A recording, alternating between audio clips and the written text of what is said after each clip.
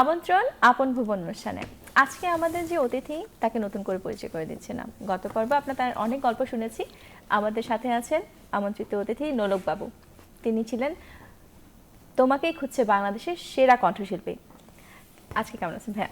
হ্যাঁ, আজকেও খুব ভালো আছে ভাইয়া, আলহামদুলিল্লাহ। আমাদের সাথে আপনি গত পর্বে আপনার নিজস্ব ভুবন সম্পর্কে, আপনার নিজের পরিবার, আপনার গানের জগতে আসা, গান নিয়ে কি করে আপনি এতদূর এলেন সেই বিষয়গুলো আপনার গল্প করছিলাম। তবে এবারে আমরা আজকে জানতে চাচ্ছি যে গানের যে এখনকার যে শিল্পটা, এখন যে বিভিন্ন ধরনের গান হচ্ছে, আপনিও বিভিন্ন ধরনের গানের সাথে নিজেকে সম্পৃক্ত করেছেন। শুরুটা ছিল ফোক দিয়ে, তারপরে হচ্ছে আধ্যাত্মিক গান দিয়ে, তারপরে আধুনিকের সাথে আপনি নিজেকে মিশে ফেলেছেন। আপনার কমফোর্টের জায়গাটা আপনি বলেছেন ফোক, আধ্যাত্মিক গান, কিন্তু তারপরেও হচ্ছে আধুনিক গানগুলো করেছেন। কিন্তু কমার্শিয়ালি আপনি কোনটা চিন্তা করেন? বাংলাদেশের জনগণের যে আগ্রহটা, আপনার কি মনে হয় যে তাদেরকে কিরকম ভাবে দিলে তারা সবচেয়ে বেশি খুশি হবে? তাদের আগ্রহের জায়গাটা কি করে তৈরি করা সম্ভব? আমাদের বাংলাদেশের আসলে গানগুলো আমি মনে করি বাংলাদেশের প্রথম গান হচ্ছে মাটির গান। হ্যাঁ। আমরা যার বাংলাদেশের সবাই ভালোবাসি। এরপরে তো অনেক ধরনের গান বাংলাদেশে এখন হয়, মানে খুব রোমান্টিক রোমান্টিক গানগুলো বেশি হিট হচ্ছে বা বাংলাদেশের মানুষ শুনছে।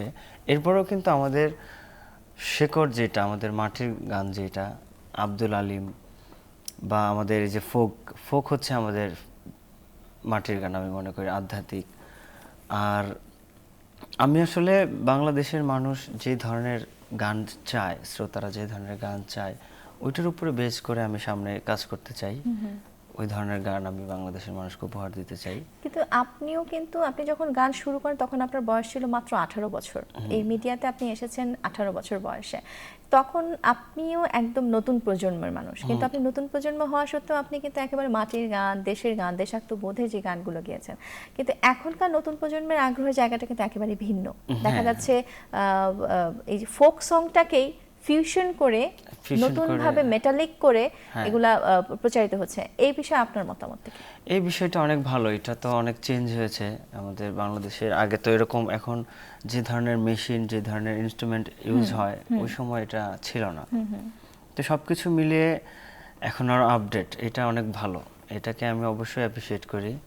মানে এই রিমেক গানগুলো আপনি বলছেন যে নতুনদের কাছে নিয়ে আসার জন্য, নতুন প্রজন্মকে শোনানোর জন্য রিমেক করাটা ভালো, কিন্তু এক্ষেত্রে কি হয় না যে মানুষের মধ্যে যে আমরা অনেক আছে যারা আগে যে গানটা শুনেছিল সেটার সাথে মিলছে না, অনেক জায়গায় অনেক পরিবর্তন আসছে, তাতে কি মৌলিকত্ব নষ্ট হচ্ছে বলে মনে হয় না? হ্যাঁ, মৌলিকত্ব নষ্ট হচ্ছে, বাট যেটা ভালো কাজ, ভালো কাজই।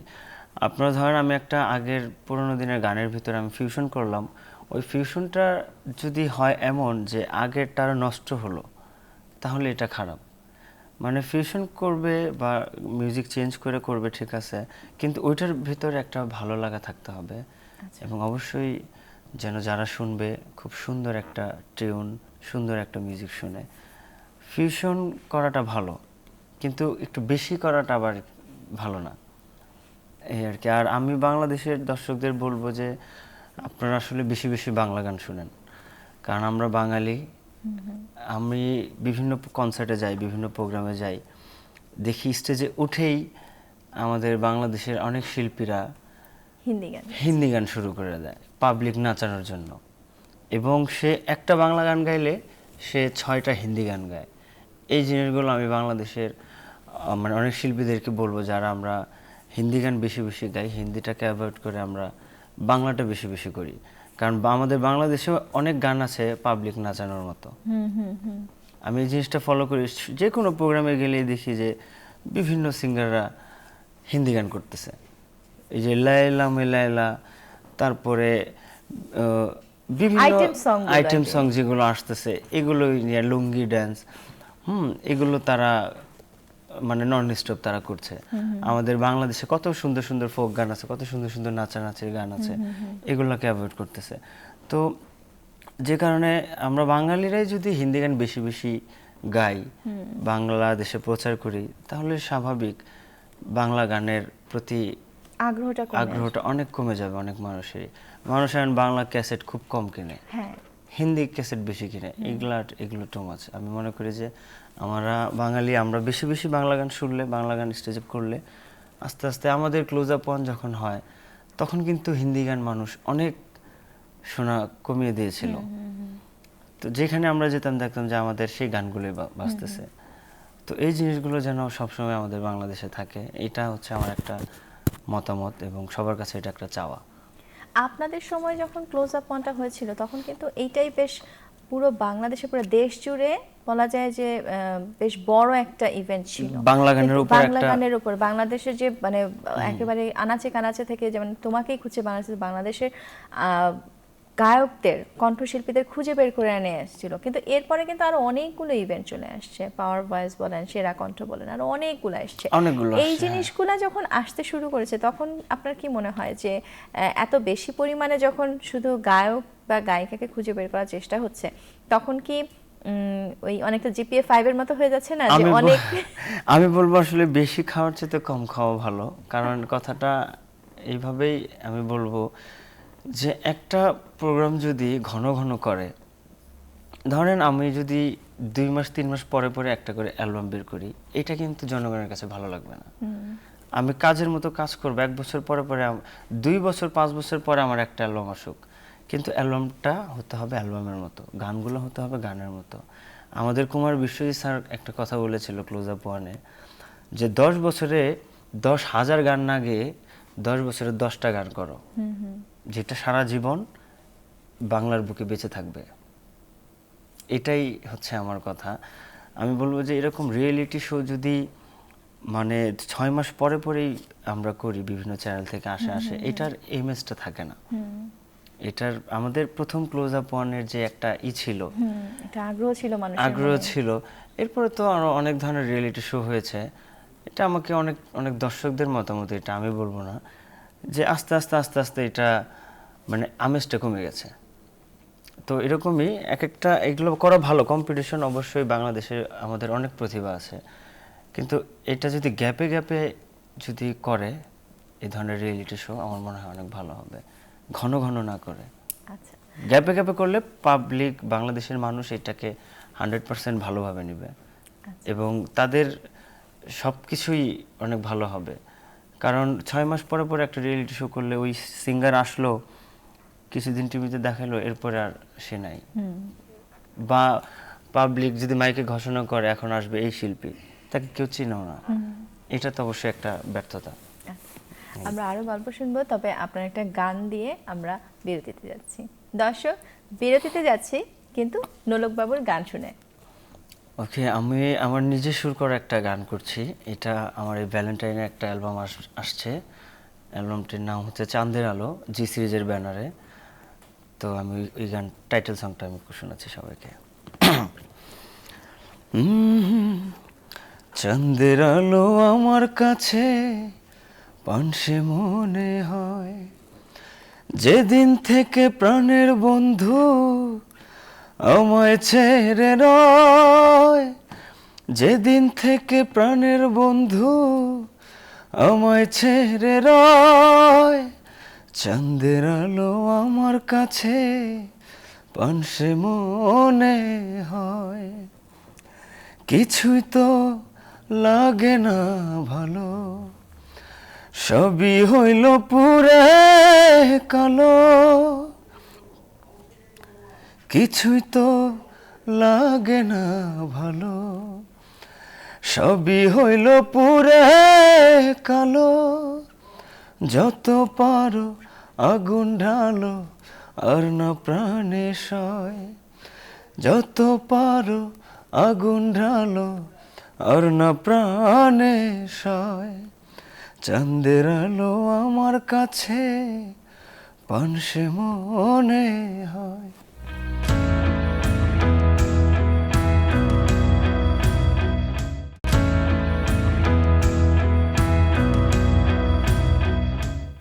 বিরতির পর আবার ফিরে এলাম আপন ভুবনে। আমরা শুনছিলাম নোলক বাবুর গাওয়া অনেক সুন্দর কিছু গান। ভাইয়া, আপনি যখন গানটা শুরু করেন তখন আপনার ছিল হচ্ছে মানে ফোক, আধুনিক সব মিলেমিশে এখন সব ধরনের গান করছেন। তো এই এতগুলো বছরে এখন আপনার কোন দিকে আগ্রহটা বেশি, এখন মানে কোন গানগুলো আপনি বেশি করছেন ইদানিং? আমি আসলে ফোকের ভিতরে থাকতে চাই, ফোক গানগুলোই করতে চাই এবং পাশাপাশি সব ধরনের আধুনিক, রোমান্টিক এবং আমাদের বাংলাদেশের দর্শকদের চাহিদা অনুযায়ী কাজ করতে চাই আর কি। বাট আমি ফোক গান নিয়ে সারা জীবন থাকতে চাই। এটা হচ্ছে আমার একটা মোস্ট মতামত। রিসেন্টলি যে অ্যালবামগুলো আসলো আপনার, এই গানগুলোর মধ্যে কি মানে এই folk গানগুলো থাকছে? আধুনিক এবং আধুনিক, রোমান্টিক হ্যাঁ। গানগুলো বেশি। আচ্ছা, আর এইটা বিষয়ে, এই যে ক্যাস্টের বিষয়ে আসার আগে একটা প্রশ্ন ছিল আমার, যে এখন যে দেখা যাচ্ছে যে গানের যে যে গানগুলো নতুনভাবে আসছে, সেই গানগুলো এখন আর কেউ, অনেকে যেমন আগে ছিল যে ক্যাসেট বের করতো, নিজের অ্যালবাম বের করতো, হ্যাঁ, নিজের অ্যালবামের নিজস্ব অ্যালবাম অনেকগুলো বের করতো, কিন্তু এখন আবার অনেকেই দেখছি অ্যালবাম বের করার চেয়ে একটা একটা করে গান ছাড়তেছে। তো যেহেতু একটা করে গান ছাড়ছে, কেউ যেহেতু এখন অনলাইন অনেক বেশি অ্যাভেলেবেল মানুষের কাছে, অনলাইনে ছাড়ছে, রেডিও FM এ ছাড়ছে, বা মিউজিক ভিডিও করে ছাড়ছে, এটা ক্ষেত্রে আপনার কি মনে হয়, এটা কেমন? এটা আসলে একটু চেঞ্জ হয়ে গেছে। চেঞ্জ বলতে আপনার যারা আগে বেশি বেশি অ্যালবাম করতো, এখন তো অ্যালবামের বাজারটা বেশি একটা ভালো না, যে কারণে অনেকে চিন্তা ভাবনা করে যে আমি একটা অ্যালবাম করার চাইতে 2টা গান করব খুব ভালোভাবে, খুব ভালোভাবে কম্পোজিশন করব, খুব ভালোভাবে এটার মিউজিক ভিডিও করব। মিউজিক ভিডিও করে এটা আমি ইউটিউবে বিভিন্ন অনলাইনে দিব।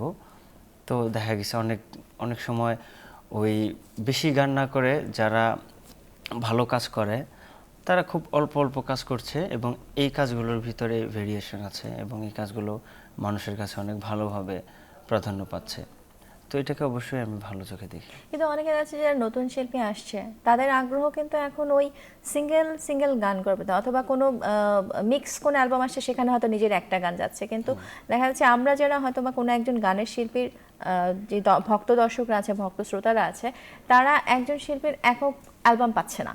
হ্যাঁ, যে আমি যদি একজন মানে গায়ক পছন্দ করছি, আমি তার পুরো অ্যালবামটা পাচ্ছি না, মিক্স পাচ্ছি। তো এক্ষেত্রে দর্শকের চাহিদাকে পূরণ হচ্ছে বলে মনে করেন? দর্শকের চাহিদা পূরণ না হলেও ওই একটা গানের ভিতরে দর্শকরা প্রাণ খুঁজে পায়। বা একটা গান, আমি যদি টোটাল 3টা গান করি, 3টা গান যদি আমি সুন্দরভাবে মিউজিক ভিডিও করে ছাড়ি, যেই গানগুলো শোনার মতো আর কি, বাংলাদেশের মানুষ শুনবে, ওই ধরনের যদি আমি 2টা 3টা কাজ করি, তখন আসলে এই বেশি গানের প্রয়োজন হয় না, বেশি গান শোনার প্রয়োজন হয় না। এরপর আমি বলবো যে মানে টোটাল একটা 10টা গান দিয়ে একটা অ্যালবাম করা, এটা অবশ্যই ভালো, এটা পাবলিকের চাহিদা মেটায়। আর অল্প যে গানগুলো 2টা 3টা গান করা, এটা জাস্ট আপনার মনে হয় যে নিজের 1টা 2টা কাজ হিট করানোর জন্য আচ্ছা, পাবলিকের কাছে। এই আপনার কথা সূত্র ধরেই বলছি যে অনেকে আছে নিজের নিজের এই যে আপনি বললেন যে হিট করানোর জন্য গানগুলোকে দর্শকের কাছে নিয়ে গিয়ে হিট হলো, কিন্তু এই জনপ্রিয়তা, এই জনপ্রিয়তাটা কতখানি স্থায়ী হবে বলে মনে করেন? যখন হচ্ছে মিউজিক ভিডিও করছে, আজকাল দেখা যাচ্ছে মিউজিক ভিডিও বেশি হিট হচ্ছে গানের চাইতে, রাইট। তো মিউজিক ভিডিও করলো, এটা কি ক্ষণস্থায়ী বলে মনে করেন আপনি, যে মিউজিক ভিডিওটা আজকে দেখলো দর্শক পরে ভুলে যাবে, কিন্তু কিছু কিছু গান আছে দর্শক অনেক বছর মনে রাখে? আপনার আগের গানগুলো এখনো অনেকে মনে আছে, সেই সময় কিন্তু আপনার মিউজিক ভিডিও হয়নি, কিন্তু এখন যে সমস্ত গান হচ্ছে বেশিরভাগই মিউজিক ভিডিও আসতেছে। তো এই মিউজিক ভিডিওর ক্ষেত্রে যে মানুষ যে মানে আগ্রহী করে তুলতেছে, যে বা গায়ক গায়িকারা মিউজিক ভিডিওর দিকে ঝুঁকে যাচ্ছে, এইটাকে আপনি কিভাবে দেখবেন? আমার মনে হয় আগে গান, তারপরে মিউজিক ভিডিও। গানটার কথা সুর যদি ভালো হয়, সেটার ভিডিওটা অবশ্যই মানুষ সারা জীবন মনে রাখবে, সারা জীবন দেখবে, কারণ গানটা ভালো, গানটা সুন্দর, গানের কথা সুন্দর, সুর সুন্দর। একটা গানের কথা সুর যখন অনেক সুন্দর হয়, হৃদয়ে যখন টাচ লাগে, ওই গানটা যদি ওই অনুযায়ী ভিউ অনুযায়ী যদি আপনার ভালো লোকেশনে মিউজিক ভিডিও করানো হয়, ওই ভিডিওটা কিন্তু 10 বছর পরেও মানুষ দেখবে। আর গানের কথা যদি ভালো না হয়, সুর ভালো না হয়, কিন্তু মিউজিক ভিডিওটা খুব জোস, এইটা দেখা গেছে আপনার ওই তো 2 মাস 3 মাস মানুষ দেখবে, এরপরে এই এই গানও কেউ শুনবে না, মিউজিক ভিডিও কেউ দেখবে না। আচ্ছা, কিন্তু এই মিউজিক ভিডিওটা কি অনেক সময় বলে না যে নিজের অ্যাডভার্টাইজমেন্ট, নিজের বিজ্ঞাপন অনেকটা হয়ে গেল, কিন্তু সঙ্গীত শিল্পী হিসেবে কি নিজের বিজ্ঞাপন, যখন এখন তো সবাই কমার্শিয়ালি সবকিছু হ্যাঁ, চিন্তা আজকে করে, অনেকেই ভিডিও করে টাকা পয়সা খরচ করে, ওইটা সে নিজে নিজে বাসায় বসে দেখে, এটার দর্শকরা দেখে না, ঠিক আছে? এটাই আপনার কথার উত্তর আমি এটাই দিব, যে অনেকেই গান মানে আসলে গানের অনেক কিছু জানে না, কোনো রকম এখন নতুন নতুন যুগ, নতুন নতুন মেশিন, তো কোনো রকম গান গেয়ে মানে টাকা আছে, গান গেয়ে নিজেই 8-10 লাখ টাকা খরচ করে মিউজিক ভিডিও করে সে বাসায় বসে বসে সে নিজেই দেখে, তার ফ্যামিলি দেখে। এটা সাধারণ যারা অরিজিনাল শ্রোতা তারা কখনোই এটা পছন্দ করবে না। আচ্ছা ভাই, আপনার একটা আধ্যাত্মিক গান যদি আমাদের শোনাতে নিব। ওকে আপু, আমি আরেকটা আধ্যাত্মিক গান শোনাচ্ছি। এটা আমার একটা সলো অ্যালবাম বলা চলে, কিন্তু ডুয়েট আবার বলা চলে। বাঁধনের সাথে আমার একটা অ্যালবাম হয়েছিল, এটা জি সিরিজ থেকে অ্যালবামটা বের হয়েছিল। অ্যালবামটার নাম হচ্ছে পুনর্ভবা। এটার সবগুলো গানে মিউজিক ভিডিও আছে। তো ওইখানে আমি একটা আধ্যাত্মিক গান গেয়েছিলাম, ওই গানটা আমি শোনাচ্ছি। ও দয়াল দয়াল তুমি কার, ও দয়াল দয়াল তুমি কার, কাউরে হাসাও কাউরে কাঁদাও, কাউরে জিতাও কাউরে হারাও, কাউরে করো পার, ও দয়াল দয়াল তুমি কার, ও দয়াল দয়াল তুমি কার, কাউরে দাও পুষ্পমালা বিশাল সংবর্ধনে, কাউরে মারো কি কারণে ওই না নির্বাসনে, দয়াল ওই না নির্বাসনে। দর্শক, শুনছিলাম নোলক বাবুর কণ্ঠে সুন্দর একটি গান। তবে এই পর্যায়ে নিচ্ছে একটি বিরতি, সাথেই থাকুন।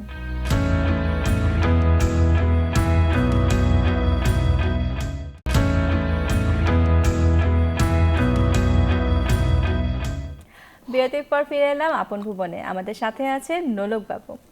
ভাইয়া, আপনার ফিউচারে কোনো পরিকল্পনা কি? আপনার কি করতে চাচ্ছেন? সঙ্গীত নিয়ে আপনার নিজস্ব কোনো পরিকল্পনা আমি আছে কি? আসলে এখন টুকটাক গান সুর করি।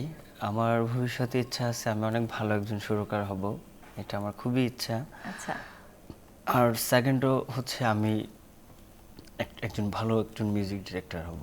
আচ্ছা আমি বিভিন্ন শিল্পীদের গান কম্পোজিশন করব, আমার নিজের গান কম্পোজিশন করব। যে এখনও আমি শুরু করিনি, কিন্তু টুকটাক কিছু কাজ আমি করেছি। তো আমার ভবিষ্যতে ইচ্ছা আমি খুব সুন্দর একটা স্টুডিও দিব, ওই স্টুডিওতে আমার নিজের স্টুডিওতে আমি নিজে কাজ করব। তো এক কথায় যেটা আমি ভালো একজন মিউজিক ডিরেক্টর হব এবং সুরকার হব, এটা হচ্ছে আমার ইচ্ছা আর কি। আচ্ছা, গানকে বাংলাদেশে এখন যে সঙ্গীত, এই গানকে আপনি কোন ধারায়, মানে আপনি তো চেষ্টা আছে যে আপনি নিজেকে আপনার আধ্যাত্মিক গানগুলো বা আপনার ফোক সংকে আপনি সারা জীবন সাথে নিয়ে থাকতে চান, কিন্তু যখন আপনি গান কম্পোজিশন করবেন বা সুর দেবেন, এই ক্ষেত্রে আপনার আপনি কি ওই দিকেই থাকতে চাচ্ছেন, নাকি সব ধরনের গানের প্রতি এই আগ্রহটা রয়েছে? না, আমি যখন কম্পোজিশন করব তখন আমি সব ধরনের গানই কম্পোজিশন করব। আচ্ছা, মানে যত ভ্যারাইটিস আইটেমের সং আছে আমি সব ধরনের গানই কম্পোজিশন করব। আপনার গান যে আপনি করছেন, কম্পোজিশনে আছেন, আপনি সুরও করছেন, সবই করছেন, বর্তমান প্রজন্মে যে গান গাইছে, বর্তমান প্রজন্মের গান নিয়ে আপনার কি মনে হয় যে এখনকার যে গান যেদিকে যাচ্ছে, গানের ধারাটা যেদিকে যাচ্ছে, এই সম্পর্কে আপনার মতামতটা কি? আমি এই সম্পর্কে আমার মতামত যে আসলে আমরা বাংলাদেশি শিল্পী যারা আছি আমরা ভালো লেখার গান করি, যে গানগুলোর কথা সুন্দর, সুর সুন্দর, এই গানগুলো আমরা করি। আর অবশ্যই বাংলাদেশের গান এখন ভালো দিকে যাচ্ছে, কারণ বিভিন্ন নতুন নতুন কাজ হচ্ছে, নতুন নতুন ভেরিয়েশন আসছে, সুন্দর সুন্দর ফিউশন হচ্ছে। তো সব কিছু মিলে আমার মতামত ভালোই, সব কিছু মিলে আলহামদুলিল্লাহ ভালো। জাস্ট একটু আমরা হিন্দি গানগুলো কম করি, এটা হচ্ছে আমার একটা পার্সোনালি সবার কাছে অনুরোধ যে আমরা হিন্দি গান কম করি, বাংলা গান বেশি বেশি করি বা শুনি, তাহলে আরো বেশি আমরা আপডেট হতে পারবো। আপনি যেমন ছোটবেলায় খুব কষ্ট করে গানকে নিজের মধ্যে লালন করেছেন, গানকে বাঁচিয়ে রেখে আপনি গানের দিকে এগিয়ে গেছেন, অনেক স্ট্রাগল করতে হয়েছে জীবনে, কিন্তু একটা বড় প্ল্যাটফর্ম আপনি পেয়েছেন, সেভাবে আপনি গানের জগতে আসা। কিন্তু এমনি নতুন শিল্পীদের, যারা নতুনভাবে মানে নিজেরা একজন শিল্পী হিসেবে নিজেকে প্রমাণ করার চেষ্টায় আছে, স্ট্রাগল করছে, তাদেরকে আপনি কি কোনো সাজেশন দেবেন যে কি আসলে করা উচিত তাদের, বা কি করলে তারা ভালো অবস্থানে যেতে পারবে? আমি সবাইকে বলবো, সবাইকে বলতে মানে যারা যাদেরকে, গানের সাথে আছে। হ্যাঁ গানের সাথে আছে, যে আপনারা সবাই সুন্দর সুন্দর গানের, যে গানগুলোর কথা অনেক সুন্দর, সুর অনেক সুন্দর, ওই গানগুলো করুন এবং ওই অনেক গান এখন হচ্ছে যে গানগুলোর কথা উচ্ছৃঙ্খল, ভালো না, ঠিক আছে, এরপর ওই গানটা মানুষ শুনতেছে, হিট হচ্ছে। এইটার সাথে আমি অ্যাকচুয়ালি 100% একমত না। কারণ ভালো কথা, ভালো সুর সারা জীবন থাকবে, সারা জীবন বাংলার মানুষ শুনবে। আর ওই উচ্ছৃঙ্খল যে গানের কথাগুলো, ওই গানগুলো বেশি দিন থাকবে না, বেশি দিন আপনারা এই এই গানের ভুবনে টিকতে পারবেন না। তো সবাই রেওয়াজ করুন, এবং গান হচ্ছে একটা ইবাদতের মতো, এটাকে ইবাদত করুন, এটাকে সম্মান করুন। আমার মনে হয় অবশ্যই এই গান দিয়েই আমরা অনেক কিছু করতে পারবো, আমরা যারা সঙ্গীত জগতে আছি।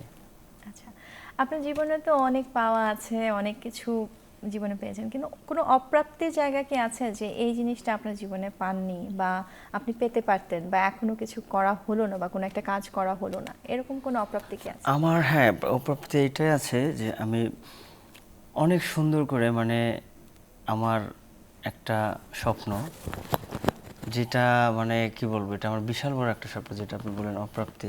আমি আমার গ্রামের বাড়িতে অনেক সুন্দর একটা মসজিদ করতে চাই। আচ্ছা, এটা হচ্ছে আমার একটা স্বপ্ন, যেটা আমি এখনো করিনি, হয়তো ভবিষ্যতে করব। খুব সুন্দর, অনেক কিউট একটা মসজিদ আমার গ্রামের বাড়িতে করব।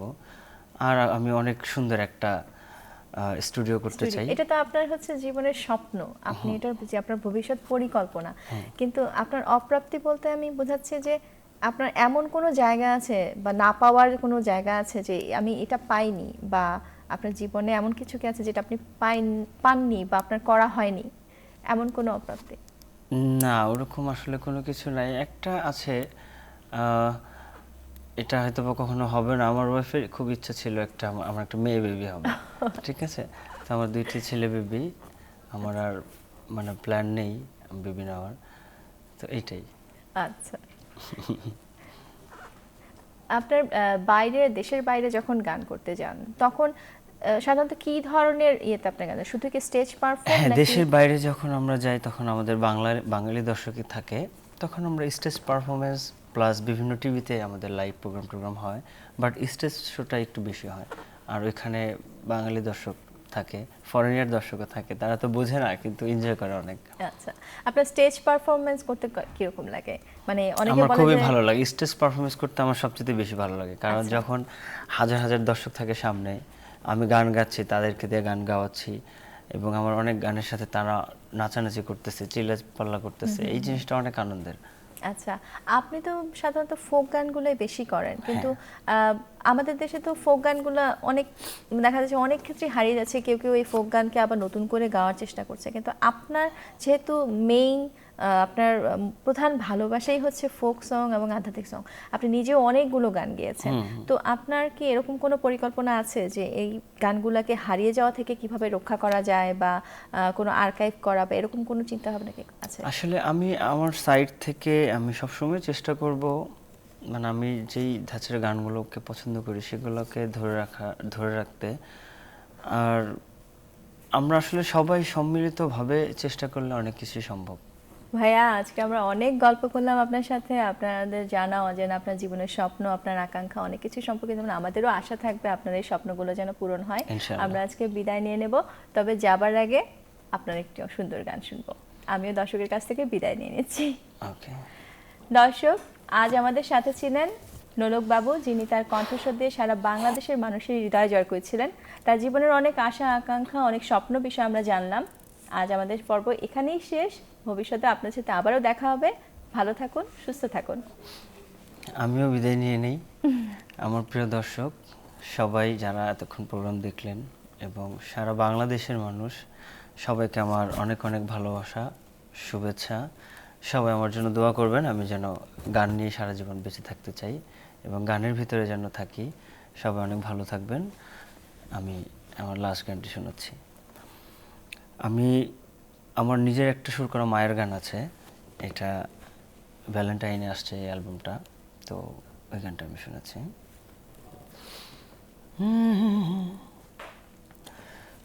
চাঁদনি ঘাটে বৈশামায়ে চাঁদের খবর লয়, কোথায় আছে কেমন বাছা, কি করে যে রয়, মায়ে চাঁদের খবর লয়, মার কান্দনে চোখের পানি সুরমার জলে ভাসে,